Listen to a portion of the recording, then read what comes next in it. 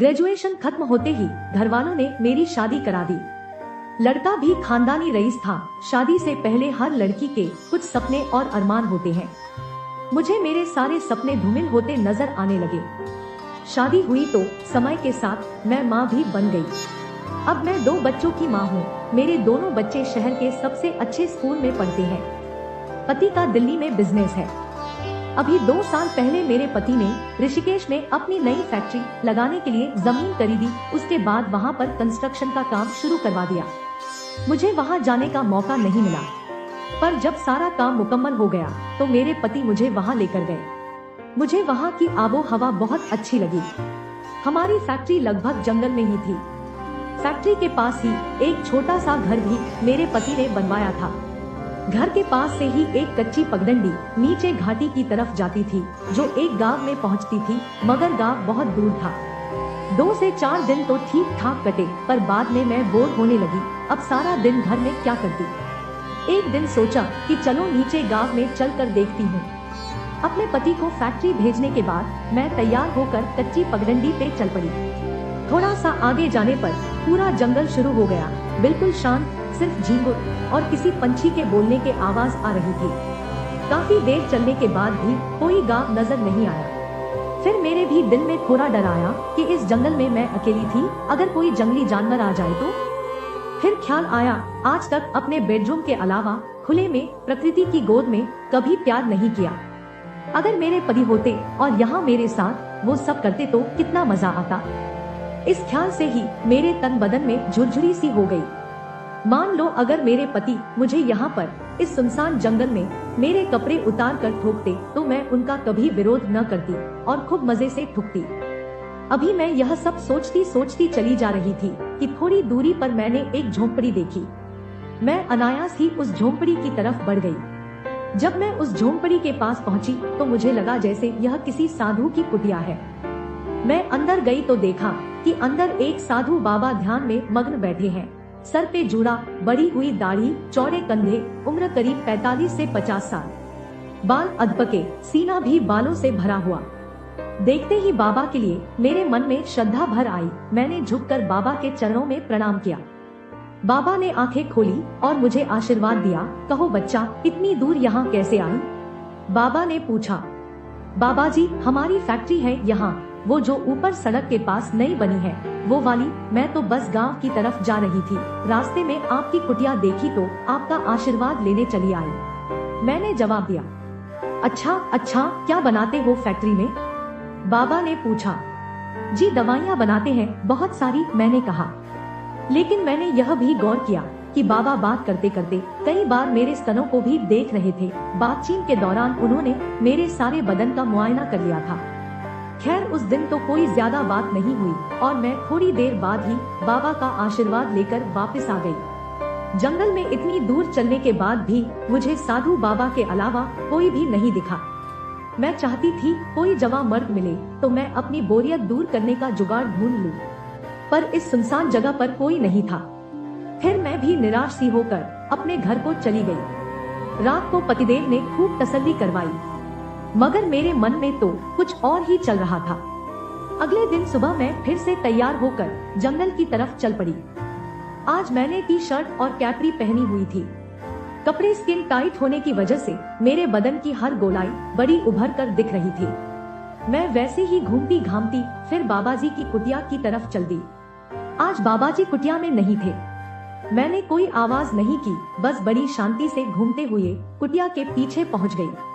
वहाँ बाबा एक छोटा सा लंगोट पहने लकड़ियाँ काट रहे थे। बाबा का शरीर बड़ा ही कसा हुआ था। लंगोट ने सिर्फ उनका लिंग ही छुपा रखा था, वरना इस लिबास में बाबा तो बिल्कुल नंगे ही थे। उनकी 2 मजबूत मस्कुलर टांगे और उन टांगों के ऊपर 2 बड़े से गोल तरबूज। आज बाबा के कसरती बदन का भरपूर नजारा दिखा था। बस देखते ही मेरी तो चिड़िया गीली होनी शुरू हो गई। मैंने वैसे ही सोचा कि बाबा इतने बलिष्ठ हैं, अगर कोई कुंवारी कन्या को ये ठोकने लग जाए तो ये तो उसकी बैंड बजा देंगे। कुंवारी क्यों, अगर मेरे को भी ठोके तो मेरी भी तो बैंड बजा देंगे। यह सोचकर मेरे मन में एक विचार आया। मैंने अपनी टी शर्ट के ऊपर के 3 बटन खोल दिए ताकि मेरा एक बड़ा सा क्लीवेज दिखे। अब आधी छातियां नंगी और आधी टांगे नंगी लेकर अगर मैं बाबा के सामने जाऊं तो हो सकता है कि बाबा की घंटी बज जाए और मैं बाबा जैसे बलिष्ठ और बलवान मर्द का भी सुख भोग सकूं। यह सोचकर मैं बाबा के पास ही चली गई और उन्हें प्रणाम किया। प्रणाम बाबा, मैंने कहा। बाबा मुझे देखकर बिल्कुल भी नहीं सकपकाए, बल्कि बड़े विश्वास से बोले, जीती रहो बच्चा, भगवान तुम्हारा कल्याण करे। बाबा, भगवान का पता नहीं, पर आप मेरा कल्याण जरूर कर सकते हैं। मेरे दिल की बात मेरी जुबान पर आ ही गई। अब बाबा थोड़ा चौंके। क्या मतलब बच्चा? बाबा, पति पर काम का बोझ बहुत ज्यादा है, वो तो मेरी तरफ बिल्कुल भी ध्यान नहीं देते। काम से आते हैं, खाना खाकर सो जाते हैं और मैं बिस्तर पे तड़पती रहती हूँ। आप बताओ बाबा, मेरे सुंदर रूप में क्या कमी है? मैंने बाबा से कहा। बाबा ने मुझे ऊपर से नीचे तक किसी बड़े ठरकी की तरह घूरा और कहा, तुम तो परमात्मा की एक बहुत ही सुंदर कृति हो। वही तो, इस सुंदर रूप और इस आकर्षक बदन को जब पति देखे ही ना तो औरत क्या करे? यह कहकर मैंने जानबूझकर रोने का नाटक करना शुरू किया। बाबा बोले, मैं तुम्हें एक जड़ी देता हूँ, अपने पति को देना और फिर देखना। यह कहकर बाबा अंदर झोंपड़ी में चले गए तो मैं भी उनके पीछे पीछे झोंपड़ी के अंदर चली गई। बाबा ने अपन आसन ग्रहण किया और अपने झोले से एक जड़ी बूटी सी निकाली। मैं बिल्कुल बाबा के चरणों के पास नीचे बैठ गई। मैंने उनके पांव पकड़े और अपना सर उनकी गोद में रख दिया और जानबूझकर रोती रही, जैसे मैं बहुत दुखी हूँ। बाबा ने मेरे सर पे हाथ फेरा और मुझे ढांढस बंधाया।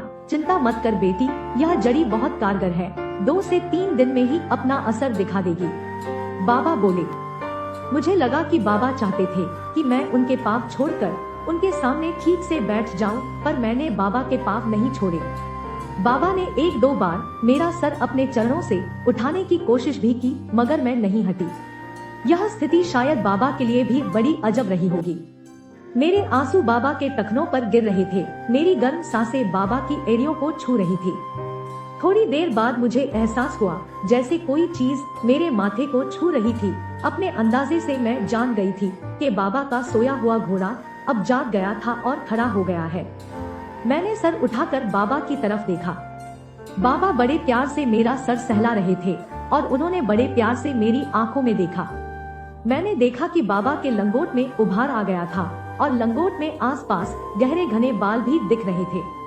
मैंने बाबा के लंगोट को घूरते हुए बाबा से पूछा, बाबा प्रसाद नहीं दोगे? कौन सा प्रसाद चाहिए बेटी? बाबा ने भी कुछ बनावटी अंदाज में कहा, मुझे इसका प्रसाद चाहिए। कहकर मैंने अपनी उंगली से बाबा के तने हुए लोहे को छूकर कहा।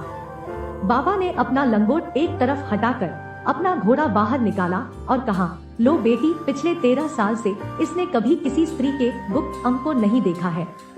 जब से यहाँ आया हूँ मैं ब्रह्मचर्य का पालन कर रहा था, मगर तुम मेनका बनकर आई और मेरा ब्रह्मचर्य भंग कर दिया। मैंने बाबा के घोड़े को अपने दोनों हाथों से पकड़ लिया। बाबा का घोड़ा बहुत ही मजबूत और डंडे की तरह बिल्कुल सीधा था। मैंने बिना कुछ कहे बाबा के घोड़े को अपने होठों से लगा लिया और मुंह की गर्मी देने लगी। बाबा ने अपनी टांगे खोल दी और अपना लंगोट भी उतार दिया। मैंने बड़ी तसल्ली से बाबा का तगड़ा और लंबा घोड़ा अपने मुंह में लेकर साफ किया। बाबा भी ऊह आह कर रहे थे। जब गुदगुदी होती तो उचक जाते। मेरे सारे बदन पे हाथ फेरते रहे और मेरे स्तनों से खेलते रहे। थोड़ी देर बाद बाबा उठे और उन्होंने एक गद्दा और एक रजाई उठाई और फर्श पे बिछा दिया। यहाँ आ जाओ, यहाँ मैं भोग लगाऊंगा, बाबा बोले। तो मैं रजाई के ऊपर आ गई। बाबा ने मुझे खड़ा रखा और बड़े प्यार से मेरी टांगों को चूमा जो मेरी कैपरी के बाहर दिख रही थी। मेरी जांघों को सहलाया, मेरे नितंबों को जोर जोर से दबाया, सहलाया, चूमा। जानती हो, जब मैं शहर में जाता हूँ और वहाँ लड़कियों और औरतों को इस तरह के कपड़ों में देखता हूँ तो मेरा बड़ा दिल करता है, मगर मैं ऐसे कर नहीं सकता। बस मन मसोस के रह जाता था। आज मैं अपनी इच्छा पूरी करनी चाहता हूँ। बाबा ने अपना दिल खोला। मैंने भी कहा, बाबा, आज मैंने अपने आप को आपको अर्पण कर दिया, मेरा जो चाहो कर लो। मेरी सहमति पाकर बाबा ने मेरे नितंबों को बहुत प्यार किया, बहुत सहलाया और चपाट मार मार के दोनों लाल कर दिए। फिर बाबा ने हाथों से मेरा एक एक कपड़ा उतार के बिल्कुल नग्न कर दिया।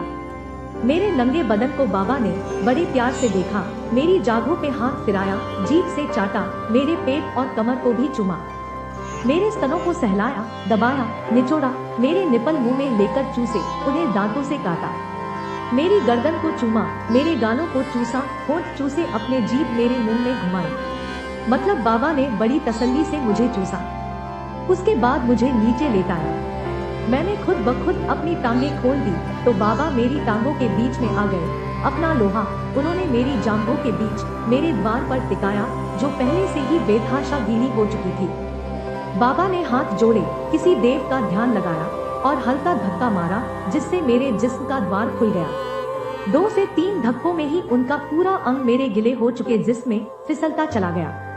बाबा का अंग बहुत ही शानदार था, मोटा और लंबा था और उन्होंने मेरे अंदर से बाहर तक पूरा भर दिया। बाबा ने पहले धीरे धीरे करना शुरू किया। उनके हर धक्के के साथ मेरे मुख से हल्की सी सिसकारी निकल जाती। बाबा बड़े शांत स्वभाव से संभोग कर रहे थे। मेरी बेचैनी बढ़ रही थी, मगर बाबा बड़े इत्मीनान से लगे रहे। जब मेरी उत्तेजना बढ़ गई तो मेरी सिसकारियां चीखों में बदलने लगी और मैं आनंद में बड़बड़ाने लगी। थोड़ा और जोर से करो बाबा, जोर जोर से करो। ऐसा आनंद तो आज तक नहीं आया। पता नहीं मैं आनंद में क्या क्या बड़बड़ा रही थी। बाबा ने अपने दोनों पांव पीछे को मोड़े, अपने दोनों हाथों को जोड़कर उंगलियों को आपस में फंसाकर एक अजीब सा आसन बनाया और उसके बाद बाबा ने अपनी स्पीड और तेज कर दी। मैंने नीचे से कमर उचकानी शुरू की। मेरा बदन पसीने से भीगा पड़ा था और ऊपर से बाबा के बदन का पसीना भी चुभकर मेरे बदन पे गिर रहा था। 5 से 6 मिनट बाद मैं तो बुरी तरह से पस्त हो गई। मेरा दिल कर रहा था कि इसी आनंद में अगर मेरी जान भी निकल जाए तो कोई गम नहीं, मगर बाबा उसी रफ्तार से लगे रहे। मैं निढाल होकर लेटी थी और बाबा अभी भी अंदर बाहर कर रहे थे। मैंने पूछा, बाबा ये जो आपने आसन सा बनाया है, इसका क्या फायदा? वो बोले, इस आसन से पुरुष जितनी देर चाहे संभोग कर सकता है। ना तो उसका अंग ढीला पड़ेगा और ना ही उसका वीर्यपात होगा। वाह, यह तो बहुत कमाल की बात है, मैंने कहा। बाबा लगे रहे। बाबा की रगड़ाई से मेरा फिर से मन उत्तेजित होने लगा। मेरी फिर से तैयार होने लगी। देखा बेटी, तुम फिर से तैयार हो गई। अगर पुरुष 2-3 बार स्त्री को स्खलित न करे तो उसका कोई फायदा नहीं। साथ ही साथ बाबा प्रवचन भी करते जा रहे थे। इस बार मुझे भी पस्त होने में 15 मिनट से ज्यादा लगे, मगर यह बात मैंने देखी, बाबा को न थकान हुई न उनका सांस फूला। वो बड़े आराम से करते रहे। जब मैं दूसरी बार स्खलित होकर निढाल होकर नीचे लेटी थी तो मैंने बाबा से कहा, बाबा अब बस करो, मेरी पूरी तसल्ली हो चुकी है।